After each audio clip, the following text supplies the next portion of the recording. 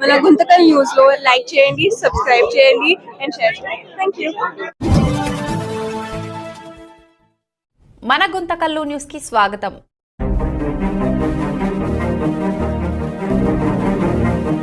ఈరోజు జగనన్న పిలుపు మేరకు నియోజకవర్గ సమన్వయకర్త వెంకటరామరెడ్డి గారి ఆదేశాల మేరకు కూటమి ప్రభుత్వం వెన్నుపోటుకు 2 ఏళ్ల కార్యక్రమంలో భాగంగా మరి ఈరోజు ఈ 2 ఏళ్లలో ఈ కూటమి నాయకులు గాని ఈ ప్రభుత్వంలో పడిన ఇబ్బందికర పరిస్థితుల గురించి వివరించి ప్రజలకు మరి ఎగ్జిబిషన్ ని ఏర్పాటు చేయడం జరిగింది. ఈ ఎగ్జిబిషన్ లో 2.5 సంవత్సరంలో కూటమి నాయకులు ప్రజలను ఏ విధంగా మోసం చేశారు, వాళ్ళు చేసిన మంచి కంటే కూడా చెడే ఎక్కువ ఉంది. ఈరోజు గొడ్డలి పార్టీ అని జగనన్న అంటున్నారే, ఎవరిది గొడ్డలి పార్టీనో ఒక్కసారి మీరు 2 ఏళ్లలో చేసినటువంటివి ఈడ ఎగ్జిబిషన్ పెట్టి మరి ప్రజలకు వివరిస్తున్నాం మేము.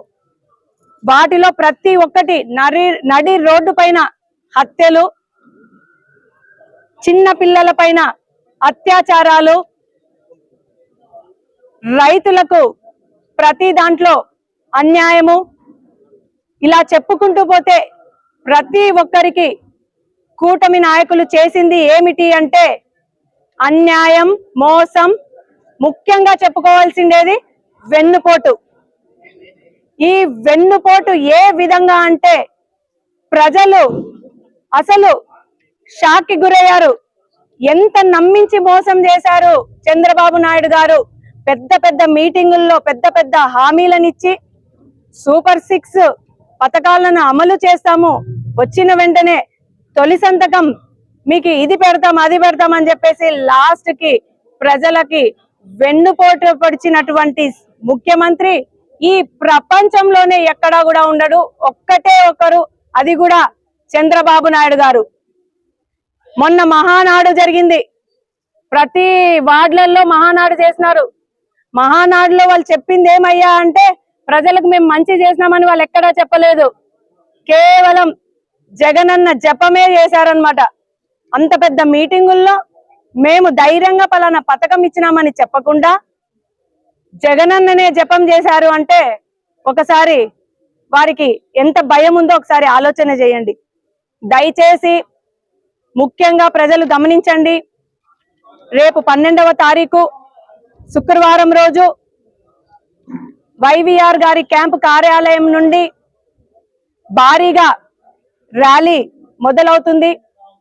మరి 12వ తేదీ గుంతకల్, గుత్తి పట్టణ, మండల నాయకులు, కార్యకర్తలు, అభిమానులు, వైఎస్ఆర్ పార్టీ కుటుంబ సభ్యులు ప్రతి ఒక్కరూ కూడా ఆ కార్యక్రమంలో పాల్గొని ఆ కార్యక్రమం వైవిఆర్ గారి క్యాంపు కార్యాలయం నుండి మొదలయ్యి పొట్టి శ్రీరాములు సర్కిల్ దగ్గర మీదుగా వైఎస్ఆర్ విగ్రహం వరకు ర్యాలీగా వెళ్లడం జరుగుతుంది. మరి ఈ కార్యక్రమానికి పెద్ద ఎత్తున ప్రతి ఒక్కరూ పాల్గొని విజయవంతం చేయాలి అని చెప్పేసి కూడా పిలుపునివ్వడం జరుగుతుంది. ఖచ్చితంగా మరి మన జగనన్న 5 ఏళ్లలో ప్రజలకు ఇచ్చిన పథకాల ద్వారా ఆయన చేసినటువంటి అప్పు చంద్రబాబు నాయుడు గారు కేవలం ఈ 2 ఏళ్లలోనే అంతటి అప్పు చేశారు. జగనన్న అప్పు చేసినప్పటికీ అవి ప్రతి ఒక్కరికి ఆ పథకాల ద్వారా లబ్ధి పొందారు. కానీ చంద్రబాబు నాయుడు గారు చేసినటువంటి అప్పుకి సమాధానం లేదు.